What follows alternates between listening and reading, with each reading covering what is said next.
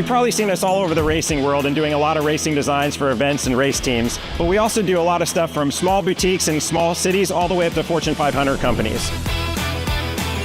Your brand deserves to be seen. We print on more than just shirts, hats, jackets, bags, and much, much more. Custom corporate branding starts here.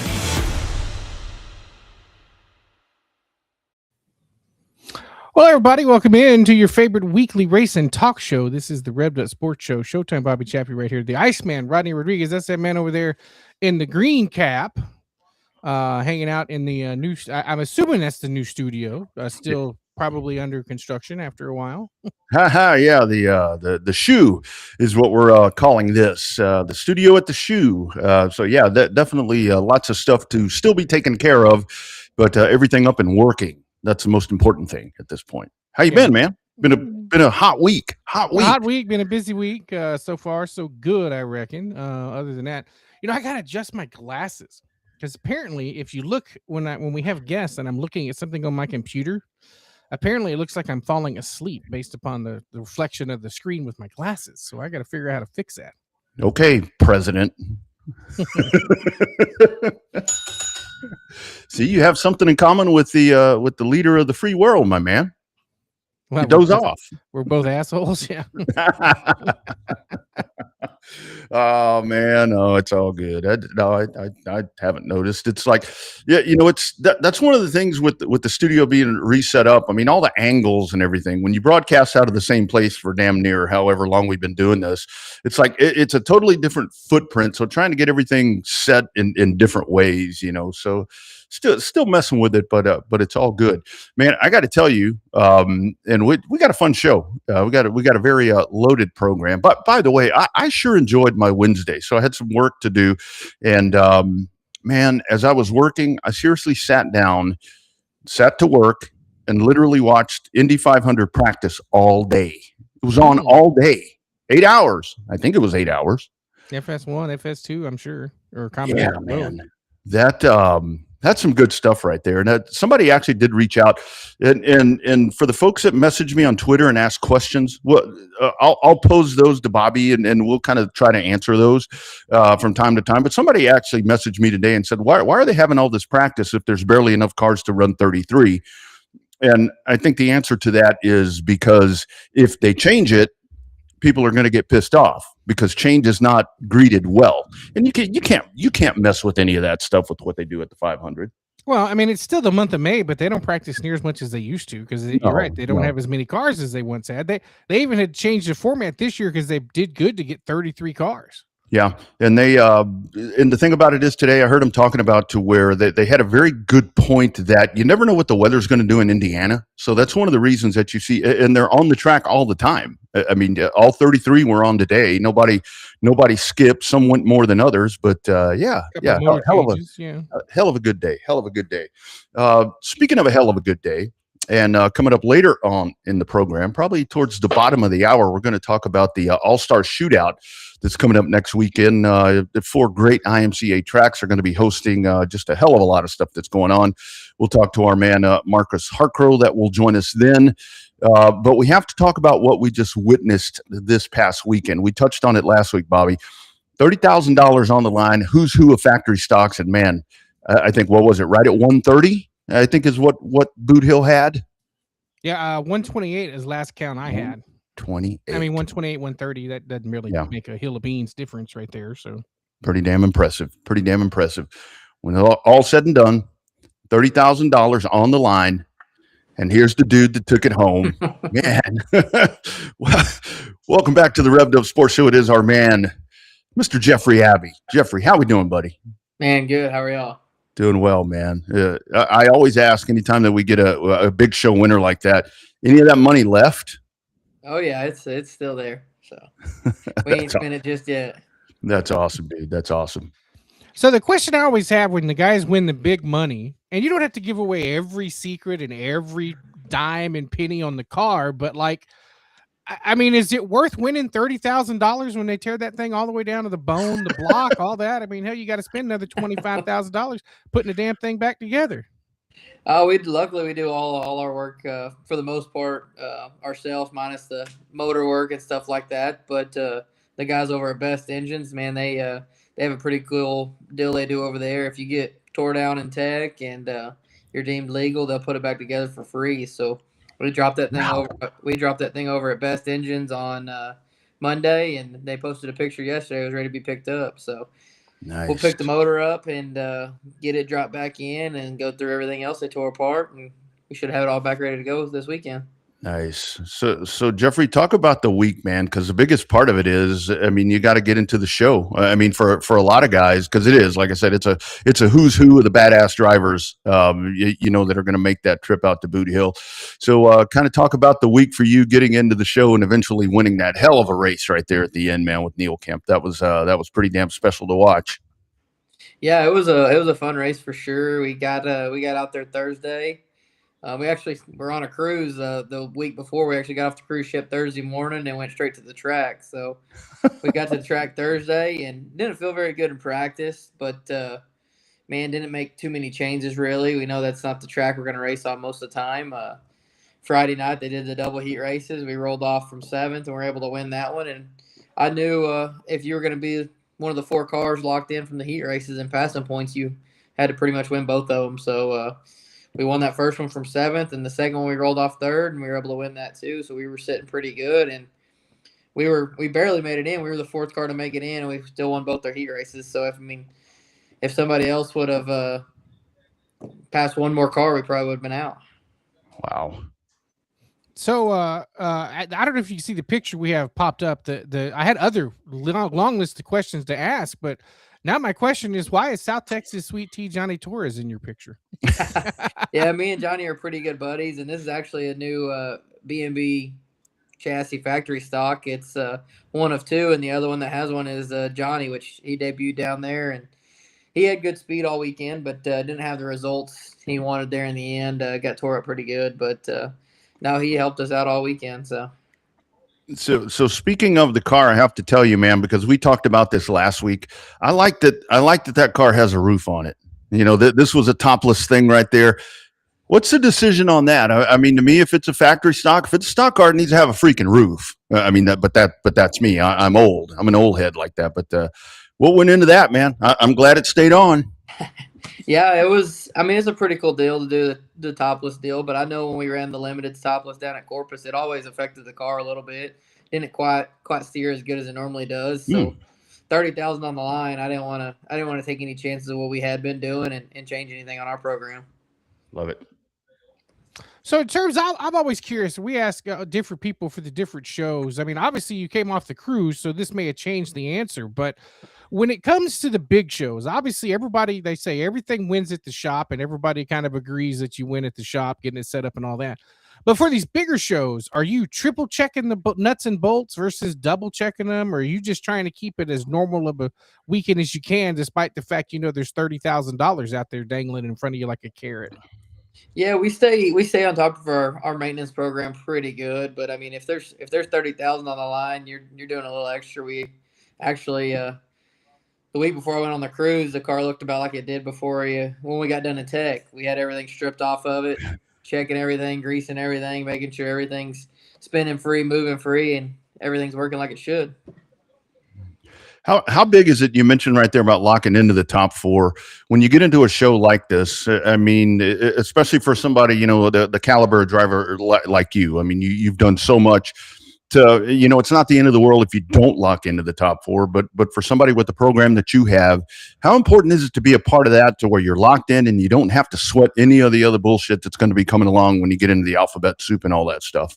Yeah, it's definitely a relief. I mean, you never know what's going to happen in some of those qualifying races. I mean, all y'all guys watched it. There was definitely some carnage, and you never know what could happen in one of those deals. It may not even be your doing. You may get wiped out. You may have something break. You just never know. So if you can get locked in, it definitely lifts a little bit of weight off your shoulders.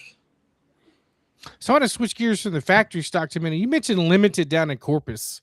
As somebody that's had both, run both successfully, what's the deal with the limiteds, man? The only class that seems to get any, or only track that seems to get any, is Cotton Bowl and Kennedale. They're like dinosaurs everywhere else with just a handful of them every week. What's up with that, you think? Yeah, so it's been a while since I ran a sport mod. That's actually what I started on dirt in when I was 13 or 14 years old, and ran it for a few years and kind of went all over the place, won a bunch of races in that. But once we got out of that, got in the stock car and stuff like that, I actually got back in a limited for a guy a year or so ago, and man, it don't drive like a stock car does. Or in the factory stock deal, it's cool. It's a full body car. They race good, and they just pay so much money. It's hard not to have a factory stock. But man, the stock cars, they're just so much fun to drive. And the limiteds, they were the premier class there for a while, it seemed like, and then guys kind of moved on, went to modified stock cars, different classes. And I mean, it's still around, and a few places still have good car counts, but it's not like it used to be. So kind of talk about that part, Jeffrey, because that's actually exactly where I was going. I was going to go to the stock car because we got a lot of folks that are checking in on ultra broadcasting, and factory stock is different here. I mean, especially up north, here in Texas, Louisiana, all of that, versus what some of the other factory stocks are versus a stock car. Kind of talk about some of the differences right there, because a lot of people, they look at them and it's like, well, it looks like the same thing, but then you watch them race, and you see the vast differences right there. For a little 101 for the folks that may not know what, because the factory stock is the dominant car down here, it seems like. Kind of talk about the differences there between the two. Yeah, so the factory stock deal, and I mean, there's many different variances of roll packages from here to they have them out in Florida, all down the East Coast. I mean, the packages change a little bit, but the main difference from our factory stocks to our IMCA USRA stock car, the factory stocks are allowed aluminum bodies, where the stock car we still got to run a steel body. Mm-hmm. The factory stocks are kind of more limited, more stock suspension, as the upright arms are stock, no weight jacks, stock mount shocks, and you just kind of limited on what you can do. You're still running a 7.5 GM rear end, and we're on the slicks. A little bit less motor, just more of a factory car. I mean, I know they're not factory, but when you get to like an IMC or USA stock car, you got weight jacks on all four corners. You got Hyman shocks. There's just a lot more you can do suspension wise on a stock car than you can a factory stock. Mm-hmm. So, I mean, obviously, they drive differently. How much do you change your driving style between each set of cars? And then which one do you like better? Obviously, I feel like the factory stock's your favorite right now because you got 30,000 reasons to like it. But, I mean, how much do you have to change between driving the two? Not a whole lot. I mean, I take a lot of pride and time and fine tuning suspension. It's what I do for a living. I build shocks and work on suspension stuff. So we took a lot of time and getting the factory stock kind of dialed in. So it drives pretty similar to the stock car. It don't have as much movement, it don't have much left or hike, but I get it down on the right front where I can be steering all the time and keep traction in it. So it drives pretty similar. I mean, they're definitely a little bit different with the big tires, and the factory stock have less motor, but yeah, I get them down on the right front, get them handling like I like. They drive pretty similar.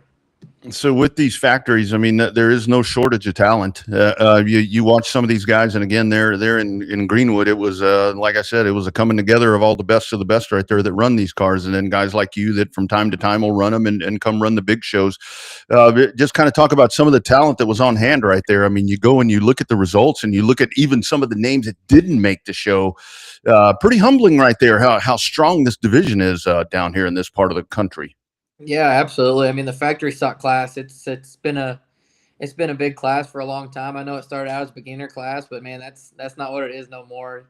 You pay these big money shows like this. I think 30,000 to win's the biggest stock car race we have around our region. So it's pretty crazy. And man, if you're in the area and you got a factory stock, I don't know why you weren't there.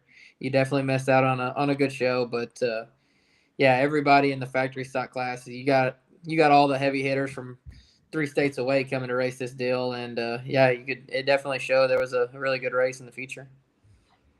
So Jeffrey, are guys building factory stocks just to run the big shows, or is it one of those where unless you have a business that revolves around a factory stock and you can stay within that realm? Because I always say if you miss a couple of weeks, you're missing a mile if you're not running every week. How is that working for some of the guys that want to build just go for the big shows versus, the guys that are trying to run weekly? Do you get left behind by missing a count here and there? I don't think so. I think there's definitely guys that build cars just for the money. I mean, I know I drive this car for Tim Hardman, and that's the reason we built this thing, is just go chase the money. We don't we don't really hit any of the weekly shows. We hit a couple of shows at Waco at the beginning of the year just because it was a new car and we were trying to get it dialed in. We plan to run the full Race On All Star Challenge for all that money they put up, and of course the 30,000, the King of the Hill, all the 10,000 wins coming to Louisiana. But we probably won't race it a whole lot locally and just kind of focus on chasing that money. Yeah, absolutely. It's dialed in. I mean, that's for damn sure. Sure. So, what's coming up this weekend? I mean, that's a cool thing about talking to guys like you. It's like a lot of times it's like, okay, when's the next race? We know you're racing this weekend. What you got? What you got the rest of May? You talked about the All-Star Shootout. Marcus is going to come on and talk about that after you. But what's coming up this weekend for you? Yeah, we really like to run that All-Star Shootout. We were actually going to try to take the stock car out this weekend and do a little stock car racing, but we're going to focus on putting this factory stock back together, and we're going to miss the All-Star Shootout, unfortunately. The Race On All-Star deal, we go to the Triple Crown Throwdown in Louisiana. We hit Sabine on Friday for the Darty Smith Memorial, Boot Hill on Saturday, and then Arklatex on Sunday for a 3-day swing down there. So we'll get the factory stock put back together, make sure it's on point for that deal, and we'll go down there and do that. The end of the month, we have a trip planned to the IMCA Summer Nationals up in Independence, Iowa, with the stock car, and then that about wraps up the month for us. Nice. It's a lot of racing with just a little bit of time to go. Yeah. In terms of, like, you talk about running around the different regions. We talk to guys that run like super late models that have basically the same rule package all over the country, but depending on what region they're in, whether they're in the Northeast or out in California on the West Coast or down in the Southeast, the driving styles and the aggressiveness level is completely different depending on where they are, despite all being the same car. Is that something that you notice? Like, is Boot Hill just that much more aggressive than, say, some of the South Texas races versus some of the Louisiana races, Arkansas races? Like, in terms of that, I mean, how do you feel differently, or is it because the big shows have the same guys, it feels like the same race? I wouldn't say it's more aggressive at Boot Hill, but they put on a bunch of big money shows, so all the locals around there are really good. I mean, the Arklatex guys, they kind of dominated the factory stocks there for 3 or 4 years. And like I talked about on the Race On podcast yesterday, the DFW guys have been coming that way and tuning their stuff in and getting better and better every time. And I think it showed this year. We had a lot of DFW guys and Texas guys over there in the Arklatex area that ran really good this weekend. But, I mean, when you put that much money on the line, there's going to be the best of the best show up. So you're gonna have to race against all of them. That's right. Last one for me, Jeffrey. And again, $30,000 winner right here. Spring Nationals in the factory stocks over at Boot Hill this past weekend. So I will ask you, because you've driven them all. Kind of the resurgence, not only in South Texas, with the STEM series and so forth, that's working with the modifieds, but it looks like you guys were talking about the sport mods and the limited modifieds a while ago. But it looks like the modifieds, you got the Tom series and so forth. It kind of looks like it's. I think that the factory stocks kind of put a little bit of a dent there in some of the modified stuff, but it looks like the heartbeat is kind of raised up a little bit on the modifieds. Just kind of in your travels, you think that those big mods are kind of feeling it once again, it seems like?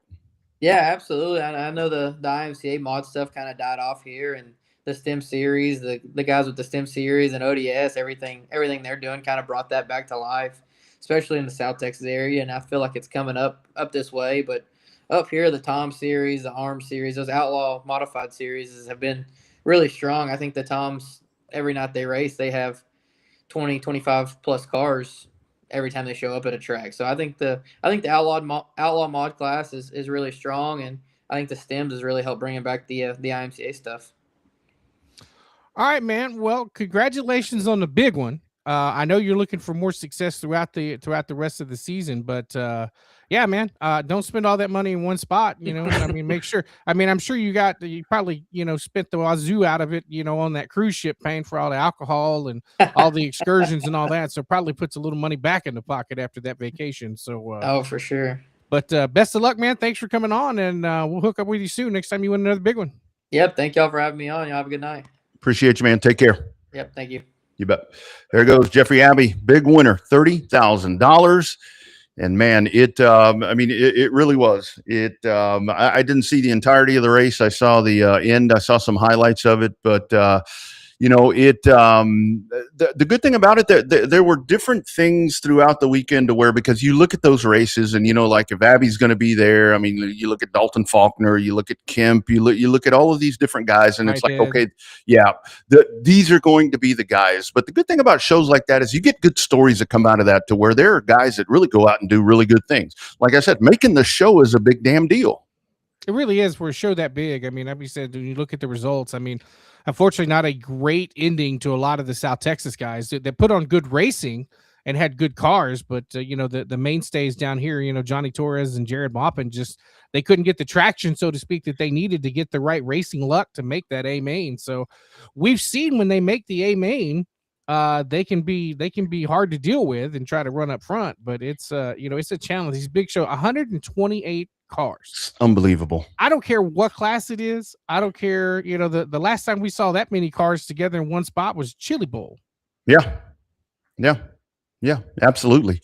So Abby wins. Neil Kemp, Dalton Faulkner, Kyle Cummings, Chris Sawyer. That is your top 5 right there. And again, I mean that's a list of guys that that are always going to be a part of this, but the difference in this one to me is, and this is what I like about these, that's 50 laps, and that's a lot of these guys are accustomed to 25, maybe 30, but then you get into something like this to where you add that extra lap, and like he said, I just think it's so important.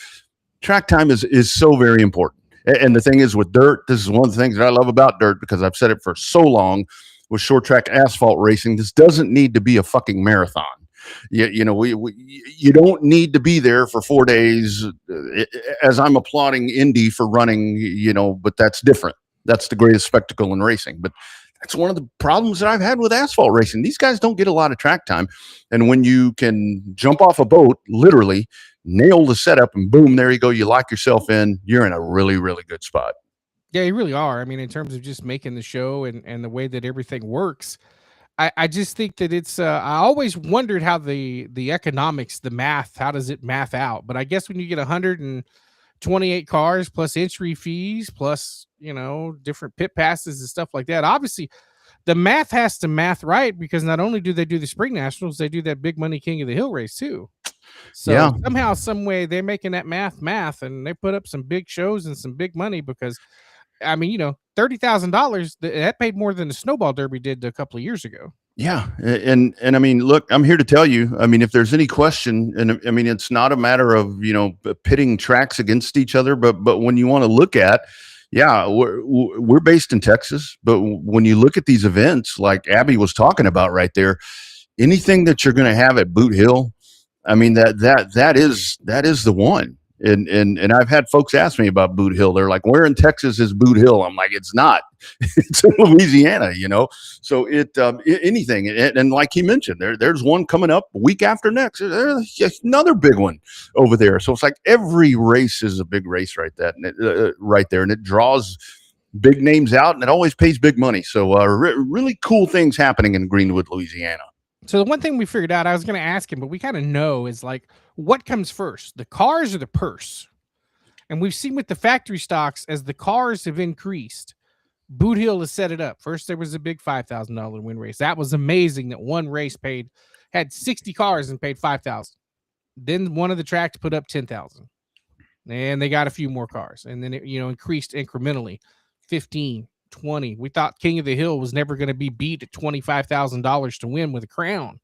And then boom, Spring Nationals, 30,000 to win. It's like, geez, now they just, what's next? A $50,000 to win factory stock race? If that's the case, they need to announce that a couple of years in advance, and there'll be guys building cars from all over the country trying to run for 50K. Yeah, there's no telling who you get in something like that. I mean, that's absolutely, and that's just kind of what you're talking about right there, and kind of that prospect of a race happening. That's how the factory stock has got here. And again, and that was the thing where I think he was so. I like how he answered that question where he talked about, because there are very different variations of this of the factory stock. I see them around the country, and I look at them, and I'll see different videos on different streaming platforms, and I'm like, those don't run like the ones that I see. Yeah, so there's differences right there, and I think that ultimately, whether it's good or bad, where initially, like we talked about, it was some of the downfall of the modified, and I do think that now it's a little bit of the downfall of the limited mod to where it's like it's just so much more enticing to where if you're going to spend the money and you want to again. Well, and this is how much the sport has changed. What I'm about to say right now, because we've talked about so many years where it's like, this is not your business. But guys like Jeffrey Abbey and different people that we talk to on this program, that is their business. They make a living racing, and they make a living having customers and building those cars. That's where the factory stock has just blown itself into this thing that. 50K doesn't seem that far out of reach. Hell, you're only 20K away. I mean, I talk about it like I have it in the backyard over here somewhere, but yeah, why wouldn't that happen? Why wouldn't that happen? And who wouldn't show up to do that? I mean, there gotta be somebody. I mean, if you think about it in terms of like, it's kind of like the evolution of like, we seen it in asphalt racing, or we saw it in dwarf car racing, right? When you had a bone stock, lots of bone stock parts on a dwarf car, and you had guys coming in from other disciplines because it looked fun. They were running asphalt modifieds, asphalt limited late models, asphalt late models. They're spending $4,000 on a set of shocks for them. That was normal. But they were like, well, hell, I could get a set of shocks on this dwarf car and make it a hell of a lot faster for $2,000. Well, next thing you know, all the box shocks from the auto parts store are gone, and in come these high dollar $2,000 a set racing shocks. Mm-hmm. And then your class that you have, the original bone stock or bone, stocker class is gone. You see that with that's how limited late models got started. That's how late model sportsmen get started. That's how street stocks turn into super stocks. That's how hobby stocks turn into street stocks. It's just the nature of the beast, right? That's how some people call it evolution, but it's greedy racers. It's greed. It's not evolution. It's greed, because everybody wants to move. You always generally try to run one class above what you can afford. Yeah. That's the general. I mean, that's a lot of the way that people run it. And then you want to move down a class or move over a class to take all those special features you wanted to have, a quick change rear end and, extra seat, extra. Because it's easier. Yeah, it makes it easier. Right. Yeah. Right. Yeah. That was always my favorite, and that's why I still laugh. I mean, I've got a lot of friends in the crate motor business, to where it's like the crate engine came around to make things easier, and it's like yeah, but shit, I can't turn more than 7,500 horsepower. It's easier. It's less wear and tear, less maintenance. Anyway, I mean that's a whole different discussion. But like for factory stocks, I mean that's a good alternative there. But I will tell you, and Marcus is coming up. But one thing, hopefully we can talk about is that through all of these different progressions that we've watched and classes falling off, I think you were I know you were witness to, I think, that something in South Texas maybe bringing some of those back. And I think that we might be on the cusp of something. I don't think it's going to get factory stockish, but I think we may be seeing something in South Texas that's going to kind of give that ray of hope, where some of the cars from the past can come back. Jerry again. Lee Lewis class. The Jerry Lee Lewis class. You never know. Hey, before Marcus Hartcrow, we do want to tell you again about our friends at On Demand Shirts. We'll hear from them, the official apparel provider of BC, of me, of Revved Up, of Dirty Air Sports, of all of it, and the official apparel provider of a lot of you racers. Down home, great people. It's James Cole and his group there in San Antonio, On Demand Shirts. Then we will hear from our friends at My Race Pass, and then we talk to the man that just keeps coming back for more with the All-Star Shootout coming up next week. It's Marcus Hartcrow. We'll be right back. Precision, consistency. Just like in racing, these are our values as screen printing, embroidery, and everything in between. If it's branded, we can do it.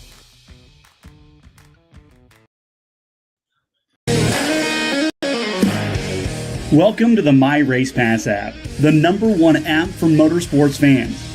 We want to make sure you get the most out of your My Race Pass app experience.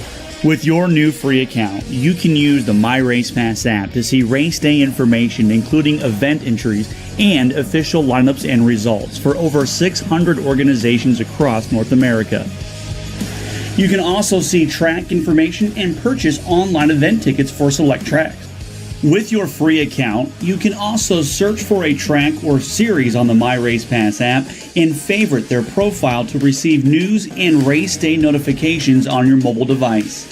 To see more information and to see which app subscription is best for you, be sure to visit getmrpapp.com. My Race Pass, the ultimate racing resource. Hashtag Real Race Talk. It is the Revved Up Sports Show live, LIVE, coming to you from Central Texas on the Revved Up Show on RevvedUpSportsShow.com, on YouTube, on Ultra Broadcasting. Showtime Bobby Chaffee, Rodney Rodriguez here with all of you, and we're just talking short track racing, and we'll talk some other stuff too coming up a little bit later on. Great discussion there with Jeffrey Abbey talking about the $30,000 win at Boot Hill Speedway this past weekend in the Spring Nationals, and we got another just huge show coming up over the Memorial Day weekend. Another guy that wears multiple hats, multitasker. Hell, he does these shows. He does race announcing. He does it all, my man. He does it all. Let's welcome back to the Revved Up Sports Show. It is our man, Marcus Harcrow. How we doing, brother? I love that shirt. Hi, thanks, Rodney and Bobby. It's good to be here. Appreciate the invite. Absolutely.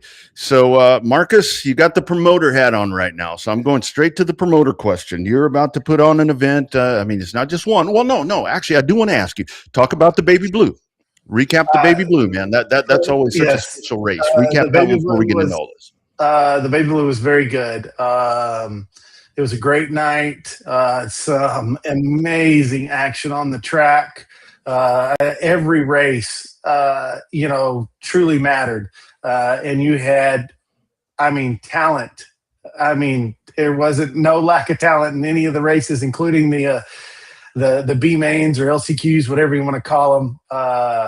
But man, it was a very successful night. I really can't complain too much. We're going to tweak it just like we do every year. Just try to find that sweet spot, what works best, what doesn't, make some changes here and there. But overall, it was a great night. Great race. I think Mom would have been proud. No, Dad would have been. Had a ton of family there. That was awesome to see some of my family there that don't always make it out to the track. And they stuck it out. We were done fairly early. We were done before midnight, which, having an 8 o'clock start is sometimes challenging. But no, we were done fairly early. They stuck it out. They watched it. They were, even the fans when the race was over, they're like, "Are we done? Man, no, we want more." But no, overall the Baby Blue went very well. But yeah, look for some modifications, maybe even a later date change. That's the one thing we, haven't really settled on. We've moved around here and there, just trying to find a weekend that, Mother Nature, gives us nice sunshine and doesn't toy with us throughout the week. And it not be too hot, so we're still searching for that sweet spot in the calendar where we can have a standalone weekend. And, because we want other drivers, we have drivers like Jeffrey Abbey and them, going to races like that factory stock race there. We don't want them to have to choose between our race and somebody else's, we'll find that sweet spot and hopefully stake our flag in the ground and say, all right, this is ours. Overall, the Baby Blue went great. So, Marcus, we're simulcasting on a couple of new outlets than we did before last time we had you. So go over the Cliff Notes version of the All-Star Shootout this year for those that are unfamiliar with it. Obviously, we know about it because we've been having you on the show for years and watching it for years. But for those that are new to the show and new to the All-Star Shootout, give the Cliff Notes version of what it's about. Well, the All-Star Shootout is a tour, 4-race tour featuring the IMCA Modifieds, the Weir's Machine IMCA Modifieds, the Lit Sticks IMCA Southern Sport Mods, and the Speed Secret IMCA Stock Cars. We start practice Wednesday, May 20th at Southern Oklahoma, and then officially kick it off Thursday, May 21st at Southern Oklahoma. We travel south a little bit down to Bells, Texas at Grayson County Speedway on May 22nd. That'll be a Friday this year. So this is going to be the first year that Mark has, had a weekend date. So we're excited about that. And then we're going to head west to Kennedale on May 23rd, and then travel south down to Heart of Texas Speedway for championship night on Sunday, May 24th. All nights start at 7 o'clock. At the first two tracks, it is just our divisions, just our three. Kennedale and Waco will have support classes. But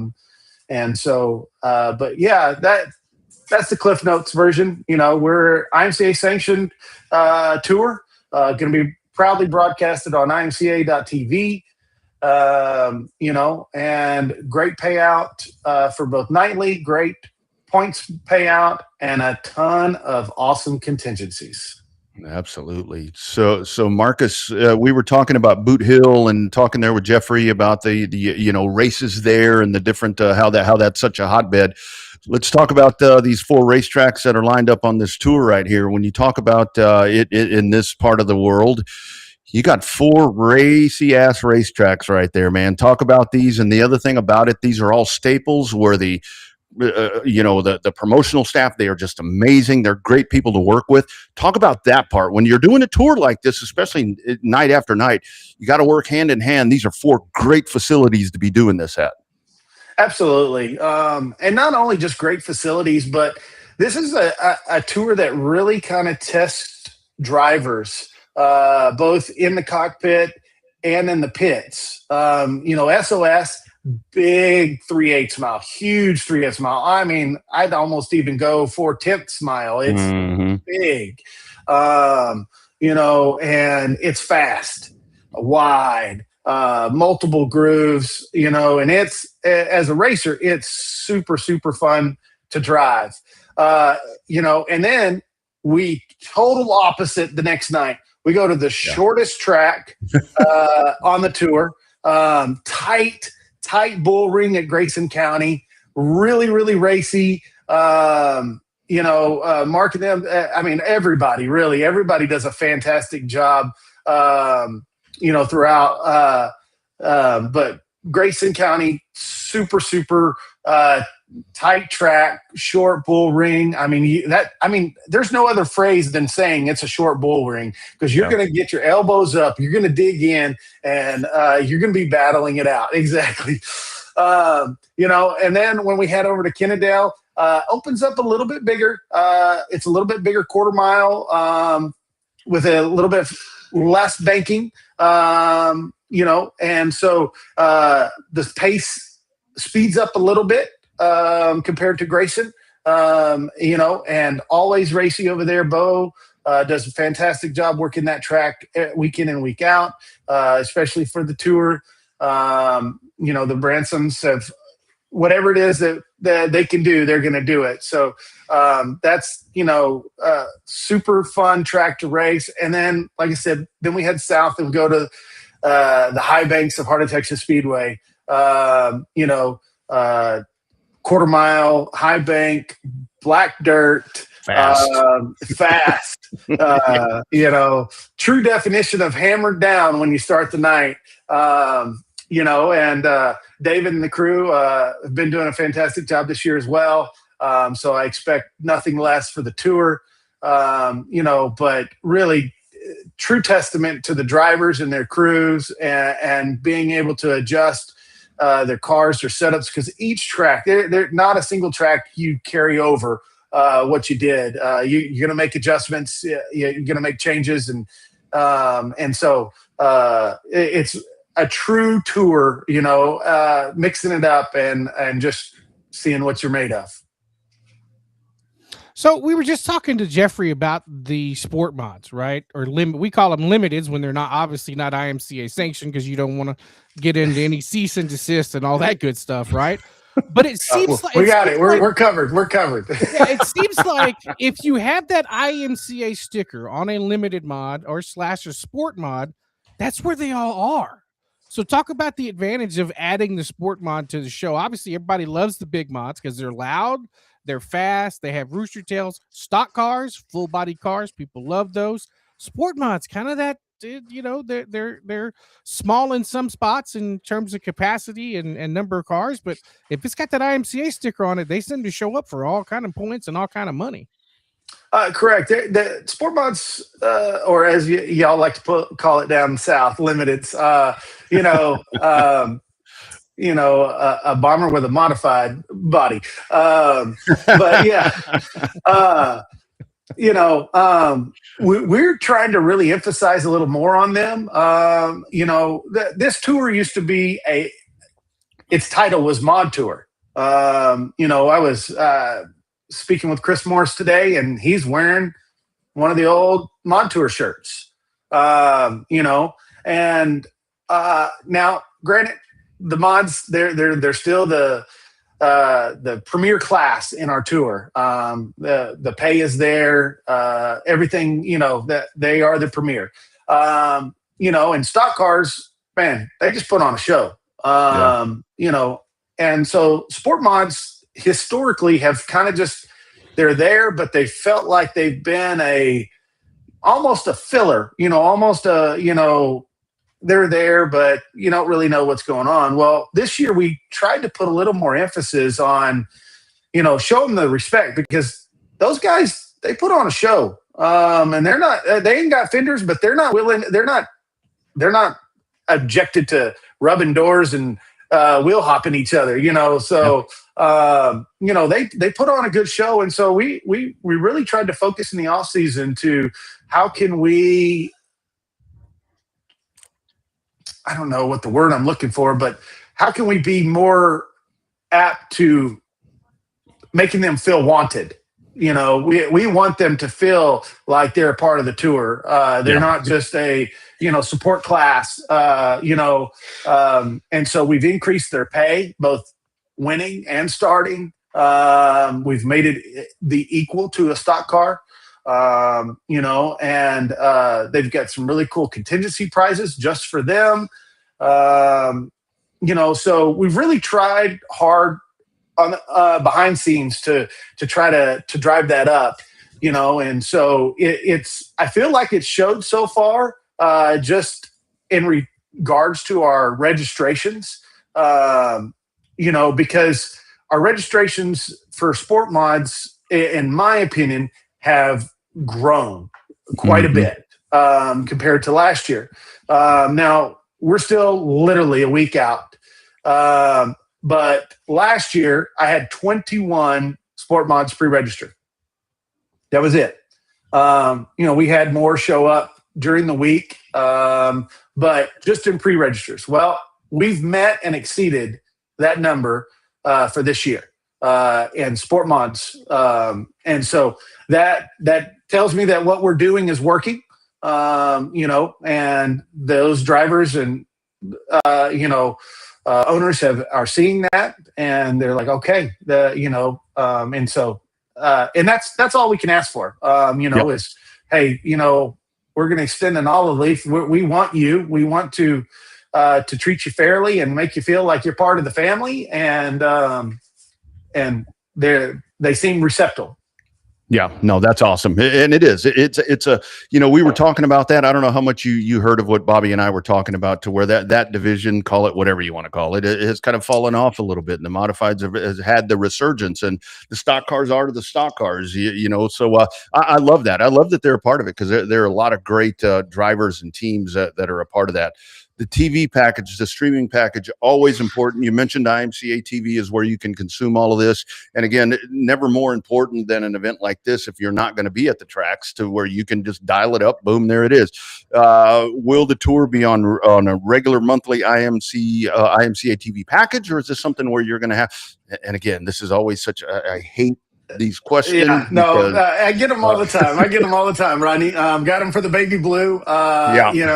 And to answer your question, Danielle, it won't be part of, and I'm going to assume she's referring to the monthly package at Heart of Texas. The tour will be its own package. You can buy the tour as a whole, or you can buy each night individually. Buying it as a whole, there is a discounted price. And if I was prepared for that, I could tell you, because I know it's already up. And give me 2 seconds and I will. No, you're good. You are totally good. Marcus Harco joining us, talking about the All-Star Shootout coming up next week.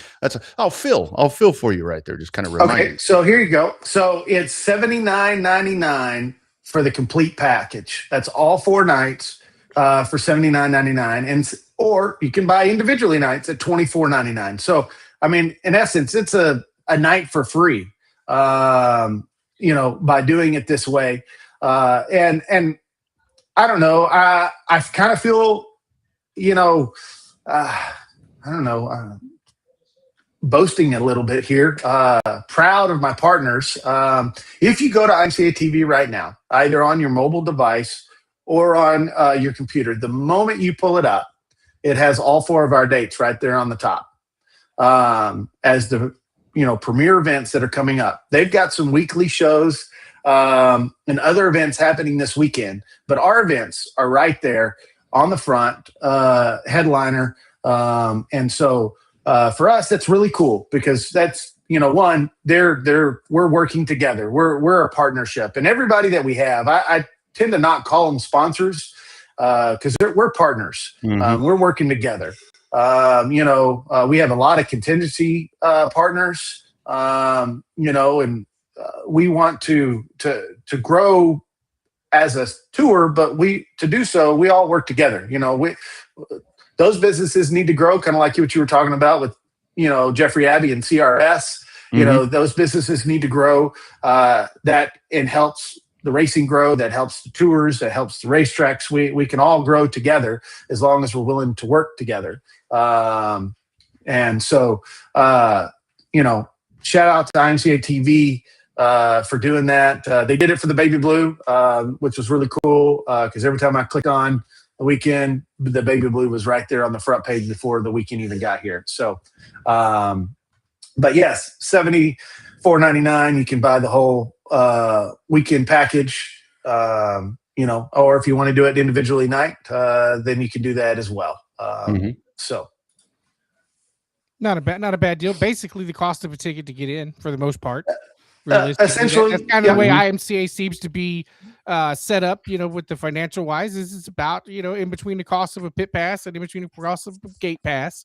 So it's good though. How important is that streaming aspect? I mean, obviously you want butts in the seats for the tour, but it's almost like the streaming aspect is something that you just gotta have it now. I mean, just seems like, for lack of a better way to describe it, it's just got to be there because inevitably, if it's not streamed, everybody's gonna be like, "Well, that sucks. I don't want to go." Well, you're not going. You're gonna watch it on the stream, right? Yeah. So it's like, I don't want to go, but I want to. I'm mad because I can't watch it. I'm confused. But yes, no. That seems like the world we live in. But yes, the streaming aspect is very important. A lot for the marketing side of it. The streaming aspect is reaching people and promoting your product and your partners and everybody to a much broader audience. We've traditionally ran at least 2 or 3 of our events during the week for this tour. Well, this time of year, you've got graduations, you've got, schools ending, people working. And sometimes it's hard for those tracks like SOS or Grayson that have traditionally been in the middle of the week to put, as you put it, butts in the stands. And so you need this because, for one, your local fan, he may not be able to come because, well, they've got to go to bed and they've got to get up and go to work the next day. They don't have the luxury of taking off, a couple of days or a few days to enjoy the races live. And so, this gives them an opportunity to still be loyal to their track and to the tour, or better yet, they get to watch it, say, Thursday, and they worked Friday, and then they decide they're going to follow the tour the rest of the weekend. Mm-hmm. Well, they're up to date. They watched it last night. on Thursday, and they know what's going on. They've got the storylines ready, and they're going to follow it, and they get to enjoy the rest of the tour. So but overall, I think it's very important, for our partners in our tracks to expand that audience outside of their normal 100, 200 mile radius that they would normally pull people from. So I think it's very important, not just for the tour, but for short track racing in general. Absolutely. Marcus, talk about some of, obviously we have it pulled up right there. 1250 for the modifieds, 1,000 for the sport mods and stock cars and so forth. You mentioned it. Kind of talk about some of the contingencies as some of the folks that have been a part of that, because a lot of times that's the stuff that people don't know about, and that adds a lot. You talk about partners; those contingencies can really make a show a big damn deal. Correct. So we've got some what I call steadfast partners. They've been with us before I took on this role, and then we've got some new ones we've added. So just to give you some examples, we've got Weir's Machine, sponsor of our modified division. They give gift certificates every year for their product. We have fast shafts, drive lines. Each points champion gets a drive shaft. They get a certificate. They call fast shafts and send them their certificate, and they get a custom built drive shaft, whatever it is that they need, length that they need. Smiley's been with us for a long time as well. They're our Victory Lane sponsor this year. They give gift certificates, which is kind of cool because there is a Smiley's up in Grayson. They've got a store up there. You basically travel. You can travel by Mesquite on your way to Kennedale, depending on which route you take. If that store doesn't have it, you can swing by the Mesquite store on your way to Kennedale and use that. Start buying product that you might need, and you can use the gift card after the tour. So they do a lot for us. Abilene Race Rads, we give a brand new radiator to a mod driver. Sport mods and stock cars get those Super Sucker fans. Kyle Wisdom, great partner over there. He not only does he partner, he comes and races. And then you guessed earlier, CRS Suspensions, Jeffrey, always doing something. In the past, he's done, complete revalves, bring your shocks to him and bring all 4 shocks, and he'll completely revalve them for free, which is these days is about $1,000 to revalve. So, and he's giving away three of those. We got Speed Secrets, our stock car sponsor. We always get. I don't have all that from him. G-Dub and I, we play phone tag quite a bit, but he's real great to us. Usually, we end up with something, whether it's some throttle control bars or for like sport mods, do the drawing a blank, the front end kit that keeps your A-frames at the right geometry. The thingamabob. Yeah, the thingamabob. They got those new lightweight lug nuts. Those are a real hot item right now. Whatever G-Dub ends up, we've got that. Lit Sticks, our Sport Mod sponsor, class sponsor this year, with gift certificates to Pit Lights, and Sport Mod Champ gets one. Then we have those are our staples. Those are the ones. Those are companies we've been with. building, continuing to build and strengthen that relationship.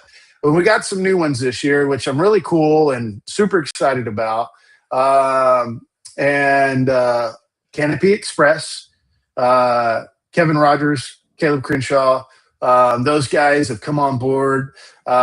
We've got a custom designed tour themed 10 by 10 canopy that the Mod Champ's going to get. I don't have those pictures yet, but I've been waiting. We're hoping that the canopy is ready before the tour, because if so, then we're going to use it and display it. Nice. But a brand new 10 by 10 custom tour themed canopy for the Mod Champ. And then Rush Race Gear, again with Kevin Rogers and Caleb Crenshaw. We're going to do a brand new Rush Race Gear fire suit. It'll also be tour themed.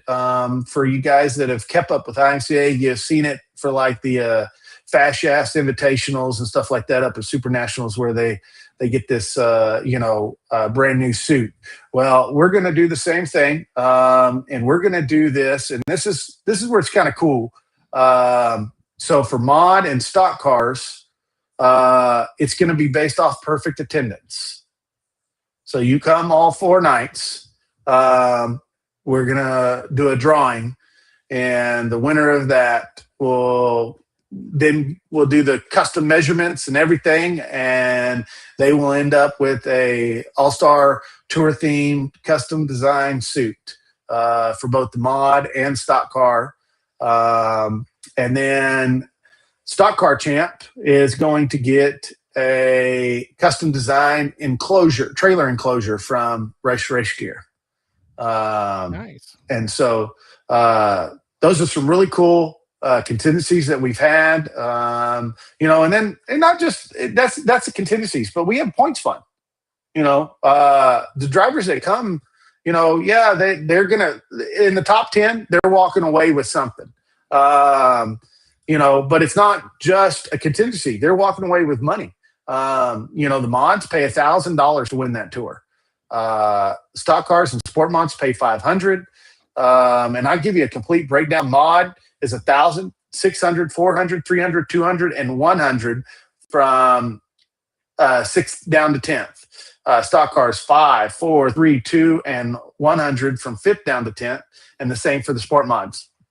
So top 10 in the points go home with cash and prizes. But I didn't want to stop there, because it's not just about the drivers, right? I mean, the drivers put on the show. They are the show. We can do all the work behind the scenes, but if the drivers aren't there, then there is no show. But I wanted to get the fans involved. And you played their commercial right before I came on, and that's My Race Pass. They're obviously a partner for a lot of racetrack series tours, and they've been great to us.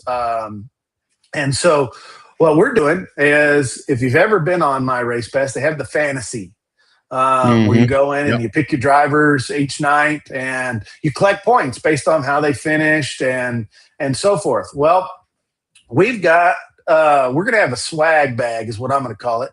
And the winner of that fantasy challenge at the end of the tour, so cumulative of all 4 nights points collected, winner of that, and I'm going to speak out of turn because I haven't actually asked every track for it yet, but I don't feel that they're going to tell me no, but I'm going to put them out there now. But the swag bag's going to have a tour shirt, and because I'll know who the winner is afterwards, it's going to be the size that you want, barring that we have them. We do have event shirts. We'll be posting those this evening on our Facebook page, thanks to On Demand. And so, but our swag bag, our MRP Fantasy swag bag, is going to have a tour shirt in it, a tour hat. It's going to have a shirt from all 4 tracks, and whatever else I can grab and stuff in that bag. And so the shirts and hats alone, a little over $100 worth of product. And really that's just I want to get the fans involved other than just coming and watching and cheering. And so, yeah, we're going to have the My Race Pass, swag bag and I'm looking forward to that. One other thing I wanted to mention, part of our partners, we're going to have new to this year is a restart zone. And that will be the Rush Race Gear Restart Zone. It might be Canopy Express. It's going to be one of those two. I have to go back and read my email to confirm that. But we're going to have a restart zone. We'll have some feather flags over in the turn 3, turn 4 area that we'll set up each night. Thanks to our partners over there at Rush and Canopy Express, and so we'll have that restart zone. That's going to be good for the tour, just to keep consistent, knowing, as a driver myself, I won one of these events a few years back, and I took off coming off of turn number 2 at Wake Up. They turned the lights on and I went. And as a leader, that's great. Yeah. As the guy behind them, maybe not so fun. Or the person even further that's probably not even to turn 1 yet. So we're gonna try to keep the racing tight and have those restart zones. And so we'll do. As we like to call it here, the Texas two-step, all night long. Heat races, B mains features. You're welcome for that. I coined that. Thank you. Well, I like it. It's, Delaware had their call to fame for a long time, but it's time for the Texas two-step to take over. So, but yeah, we're going to do the Texas two-step all night, every night. Double file restarts every race. I don't care if we have 10 cautions, we're going to have double file restarts. And for you folks that don't know what a Texas two-step is, that's where second place on a restart gets lane choice. Whether it's in the heat, like I said, heat, B, or the A. Second place is going to get lane choice. And I think the heat race is really where it's going to come into play, because sometimes the heat race is, like we talked about, it's hammered down, it's fast, it's one groove, and you want to be in that preferred groove. You don't want to cost you that second place, a potential finish, or even a shot at the win. And so yeah, we got some really cool, mixing it up, not too bold, but just trying to change her up a little bit and keep the racing exciting. Yeah, absolutely. And it definitely will be. And if you can't be there, IMCA TV, be sure and check it out. The All-Star Tour coming up on a loaded race weekend, the best weekend for racing, in my opinion, of the year. Marcus, so excited, dude. We'll need to get a recap. Keep us posted. Share stuff with us. We'll push it out on the socials, on the websites, and so forth, man. Love what you're doing, man. Let us know how we can help coming up for next week. Well, I appreciate it, guys. As always, it's always fun to be on here with you. I try to catch you as often as I can. And so it's always fun to be on here, fun to listen. I'll be honest, it gets a little boring when you talk about the asphalt stuff, but hey, man, typical Texas dirt tracker here. So we get it. It happens a lot, man. It happens a lot. Hey, but I will tell you this. Changing subjects. What do we got to do to get Cars Tour to HRP? I'll call you. It's probably not something I can talk about on here, but yeah, that'd be cool, right? That would be cool. That would be a race that I would go to. I would happily drive down to Houston. A Brinks truck and a bottle and a bucket of hopes and dreams. That's about what it's going to take. Probably. Yeah. I've been down that avenue. I've asked some of those folks, but anyway, Yeah, that'd be great. That would Okay. be great. All right, my man. Looking forward to it. Well- Next week, I'll be checking in on imca.tv. Can't make any of. I may actually be able to make Waco. I don't know, but we'll see. Looking forward to it, man. Be well. Thanks for jumping on, buddy. Yeah, thank y'all. Appreciate it. And for you drivers, don't forget, registration closes this Sunday, end of day Sunday. So early registration, that is. We have nightly registration. You can still register and come to all the tours every night, even if you didn't pre-register. You're still eligible for those contingency prizes. So, come be a part of it. If work or life won't allow you to be there every night, we'll take you whatever nights we can. But make sure you go register, watch us on IMCA TV, or watch us from the races. Thanks, guys. Yep, you bet, Marcus. Be well, buddy. We'll talk to you soon. All right. You bet. There he goes, Marcus Harcrow, with a hell of an undertaking right there doing a program like that. That's a lot, but I think the big thing about it, and again, here is all the lowdown on everything that you were looking at next week. That's some really healthy. And again, remember that these are 4 nights at 4 great racetracks right here in this general vicinity, and the contingencies. All of that is there. This is fun. I got to tell you, if I was gonna go check out a dirt track show around here, those 3 divisions are the ones that I want to go watch.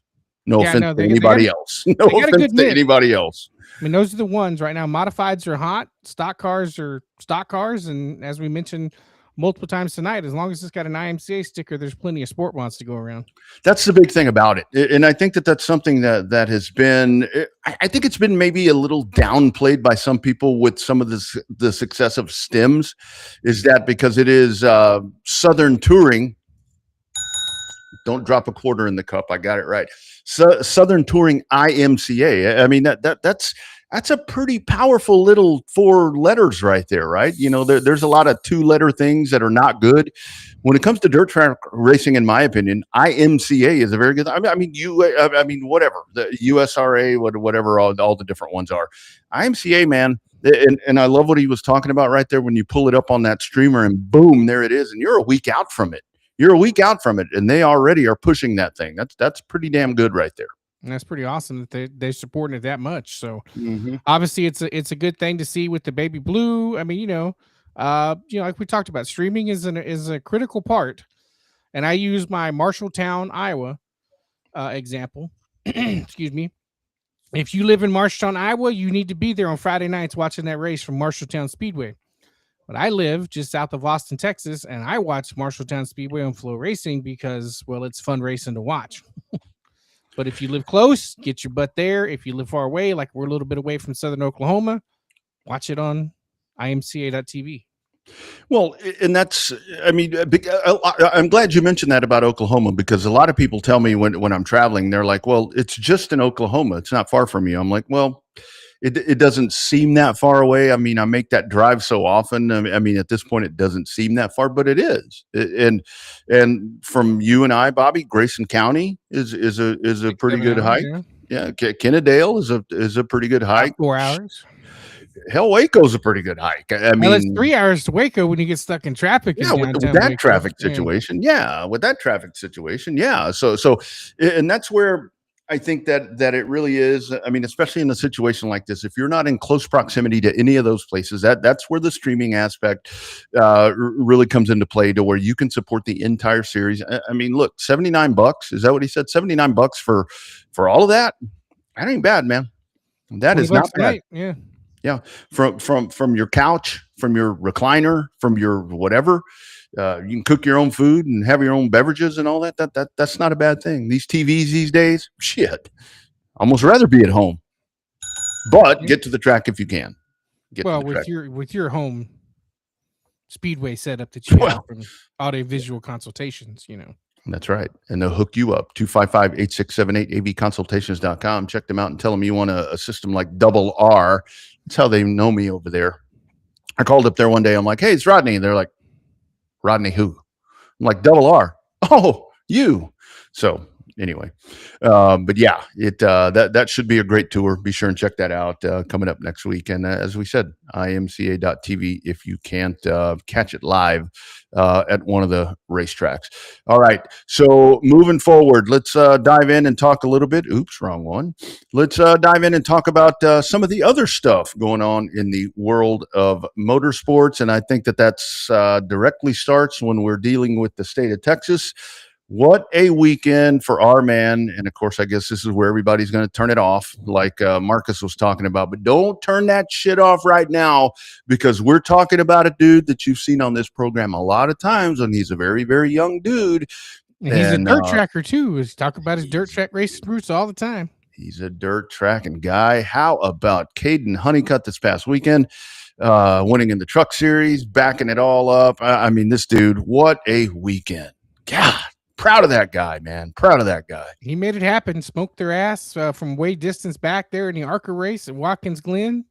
Did the same thing in the truck race. And then this weekend just walked the dog at the Cars Tour. It's crazy to think that he's the first dude and that nobody's ever done it where they've swept a Cars Tour weekend with the pros and the stocks. I know. You would have figured by now that had been done. I thought that was a misprint. I thought for sure that our other man, I thought for sure Jared Fryer had done that. But when I saw that, I'm like, the championships. The championship. That's right. That's right. He has the old Cars Tour Super Late Model title and the Cars Tour Stock Car title. That's right.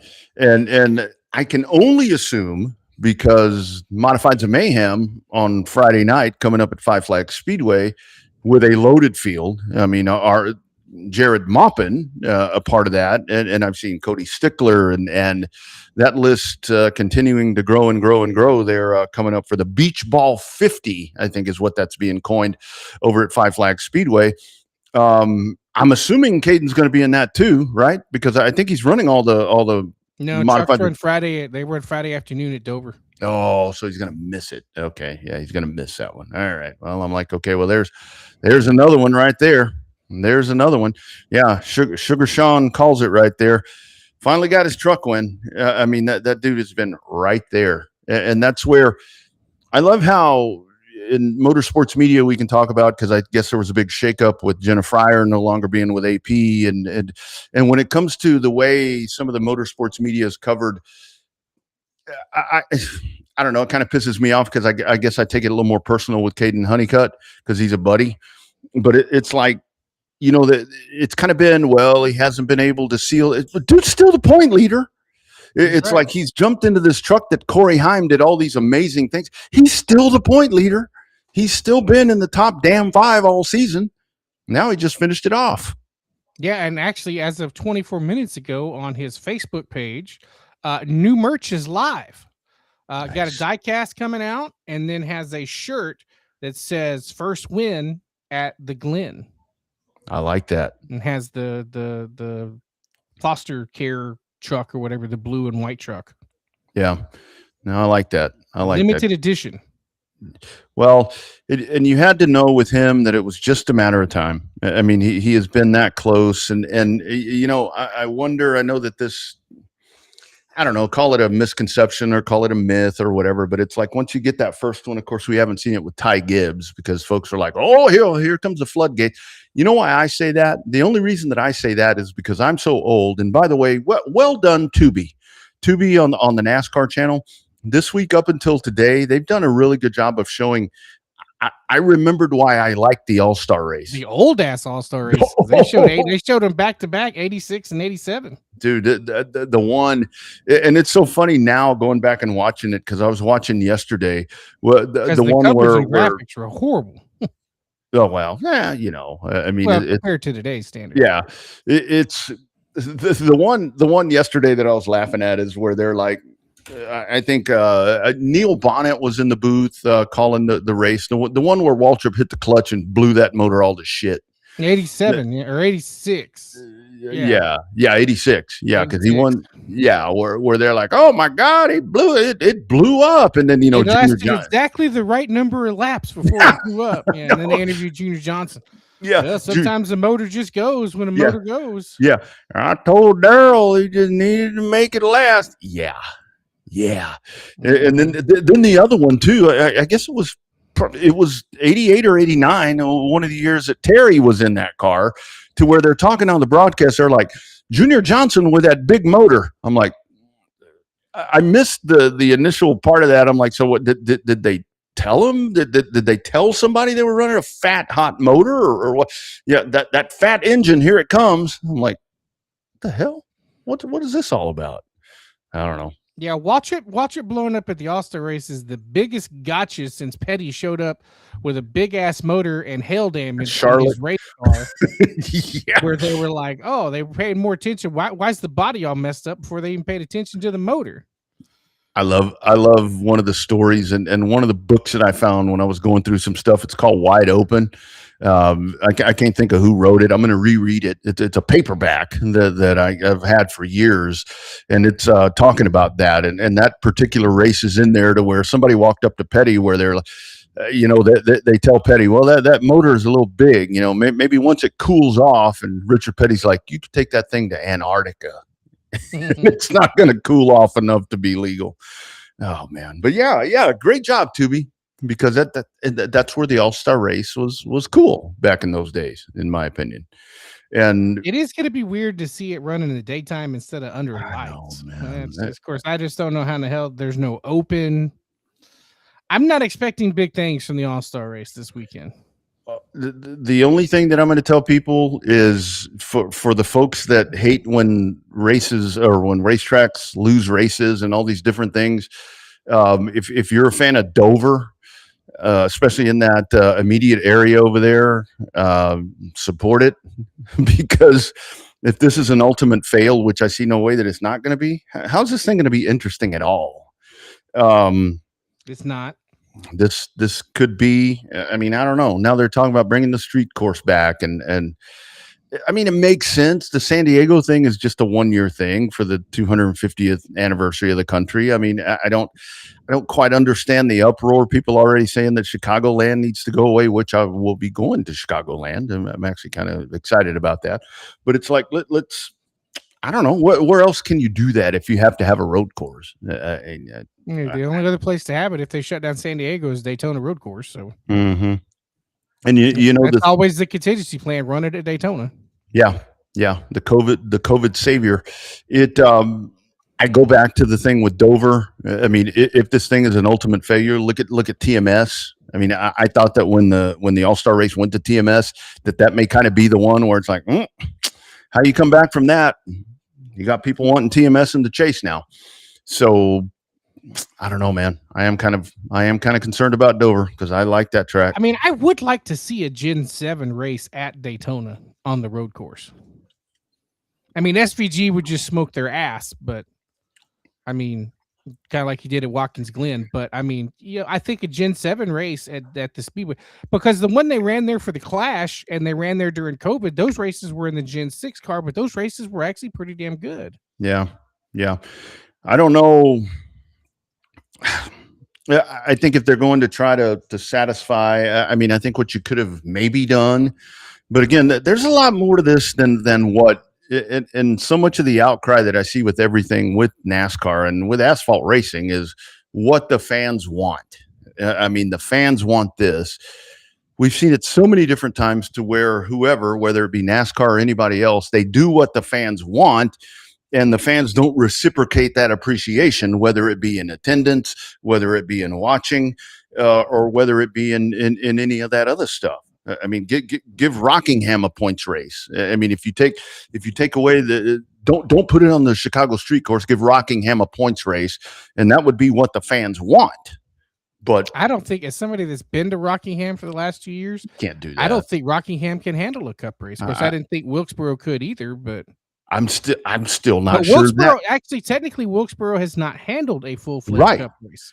Right. They handled a couple of all-star races. They haven't handled a full-fledged cup weekend.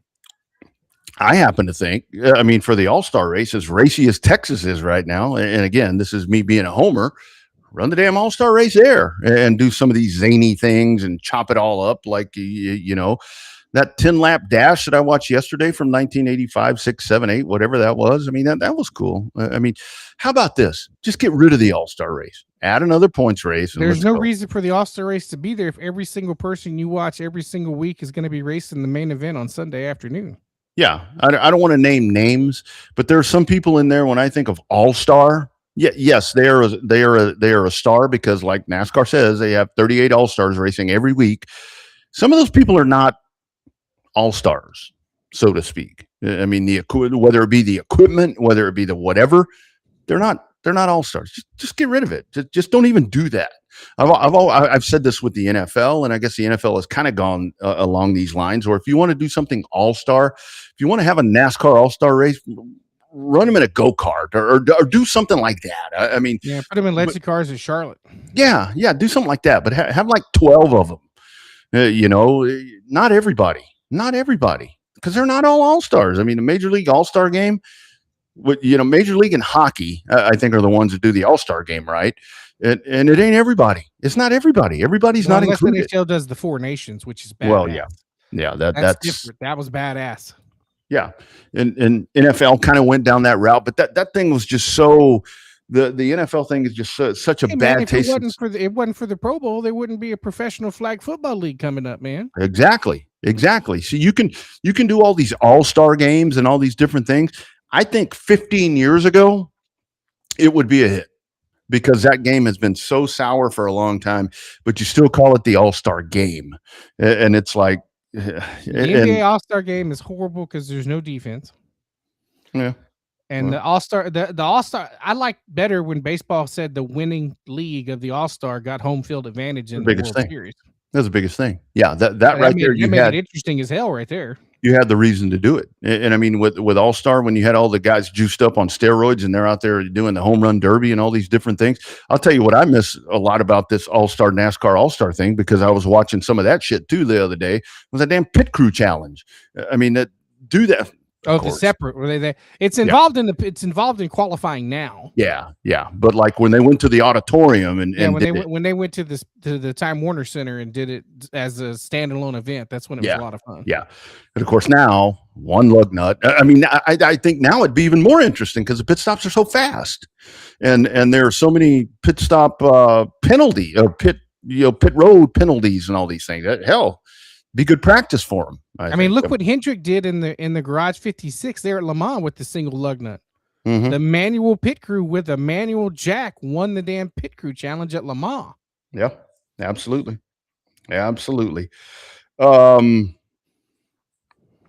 Covered Dover. That's the other thing. Indy 500 coming up. We're talking about that. Coke 600. Folks, lay off of Catherine Legg. Man, I've liked Catherine Legg for a lot of years. Go Cat, go. Let her do the double. I mean, it's always straight to the negative. She's going to wreck in 20 laps. She's going to whatever. She's been pretty clear. But you know what? She's going to be the first female to try it. She's been pretty clear. She wants to finish both races. I'd love for her to finish both races on the lead lap. I worry more about the NASCAR race because, AJ Foyt Racing, I mean, that's pretty good equipment, and I think she can do well in that if she can stay out of trouble. But you know what? Why do we have to go straight to the why her? Well, people want to see her do it. I mean, is it? I don't know, man. I don't know. Destiny Spurlock going for her truck debut there at Dover since they got washed out at Watkins Glen. Yeah, nice. Well, I think Natalie's racing again this week.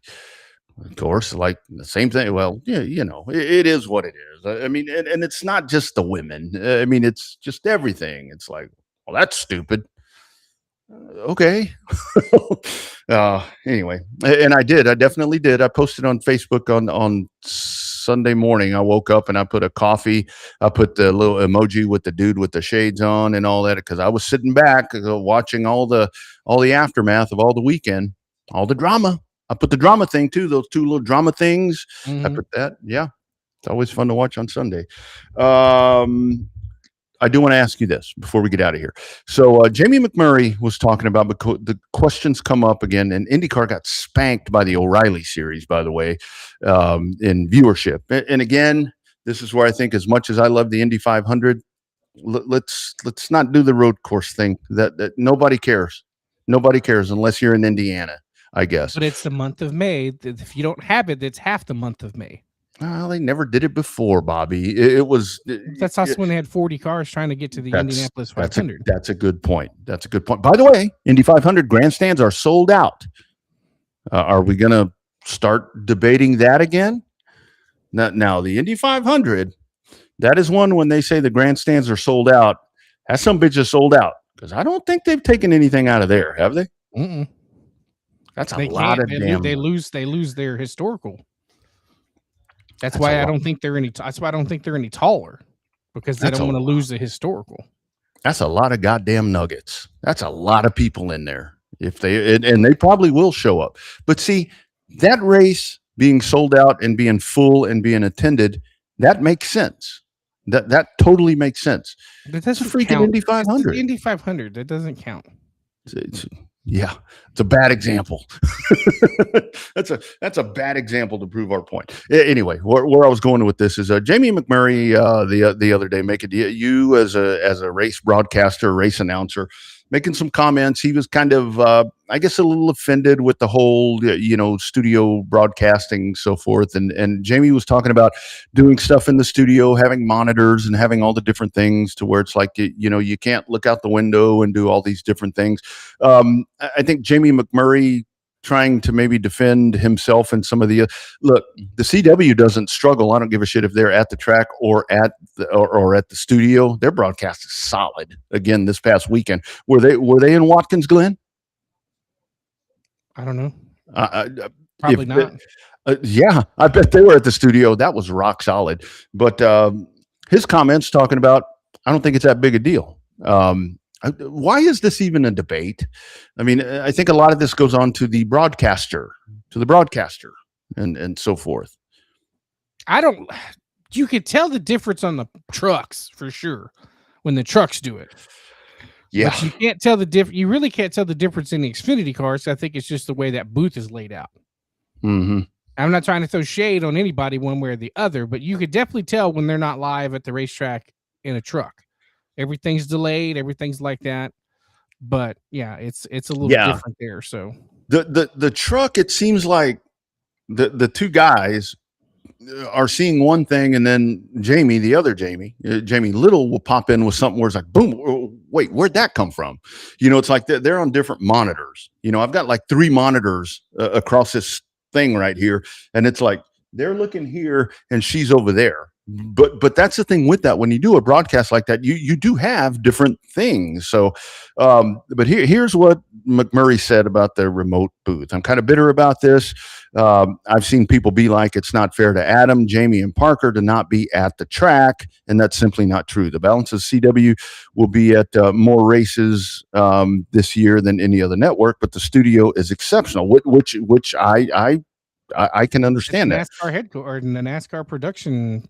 Absolutely. I'm sure it is. The monitors that we have and the different angles actually lets us see more at the racetrack or lets us see more than you can see at the track, which I do agree with that. The racetrack is nice to look out the window at pit stops because you can see all the way down pit road. However, you can't look out the window and call the race.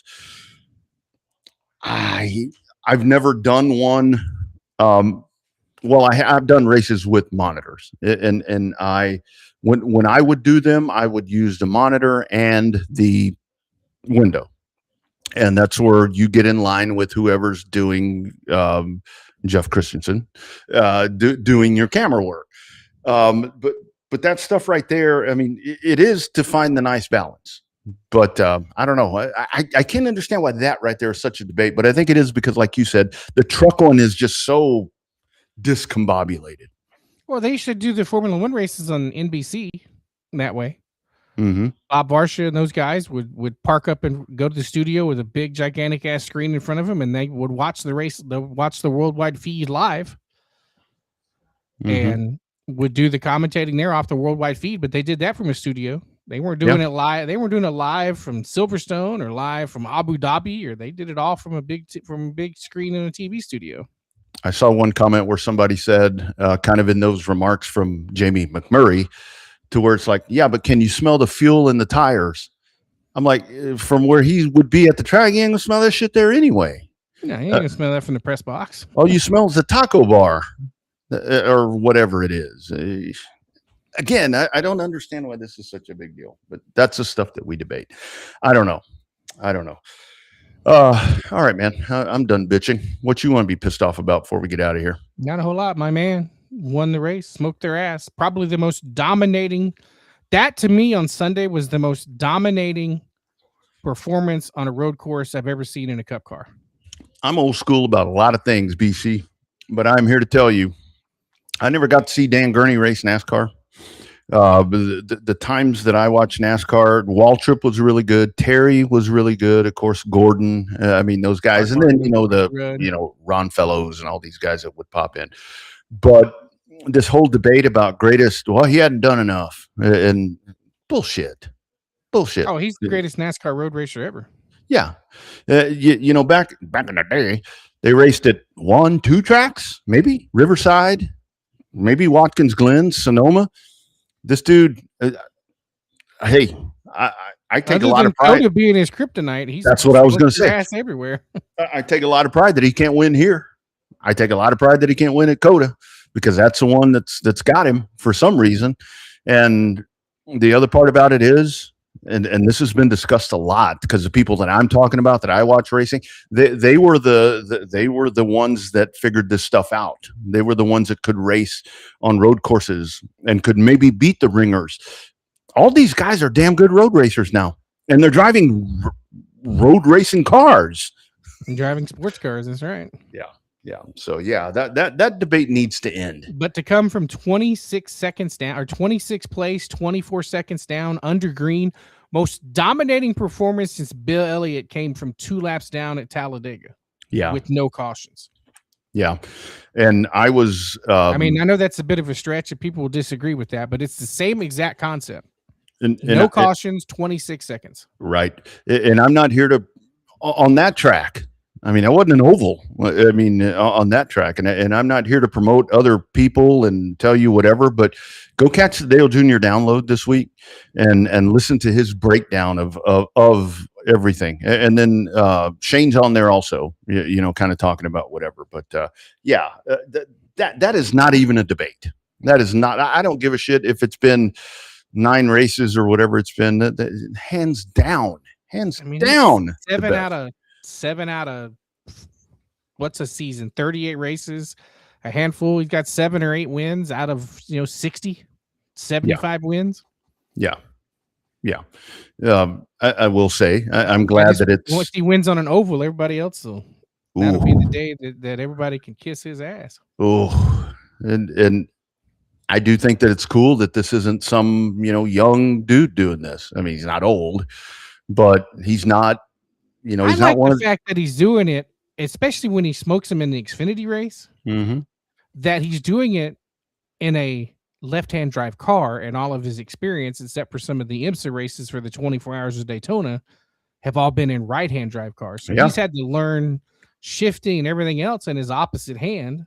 Now his feet work are still the same, but I think that's what makes it even more impressive. All except for his IMSA stock car stuff, all of his IMSA stuff has all been right-hand drive, or his Australian stuff has been right-hand drive, and now he's on left-hand drive. So I tweeted this today that's a dude that I'd like to see in the next couple of years.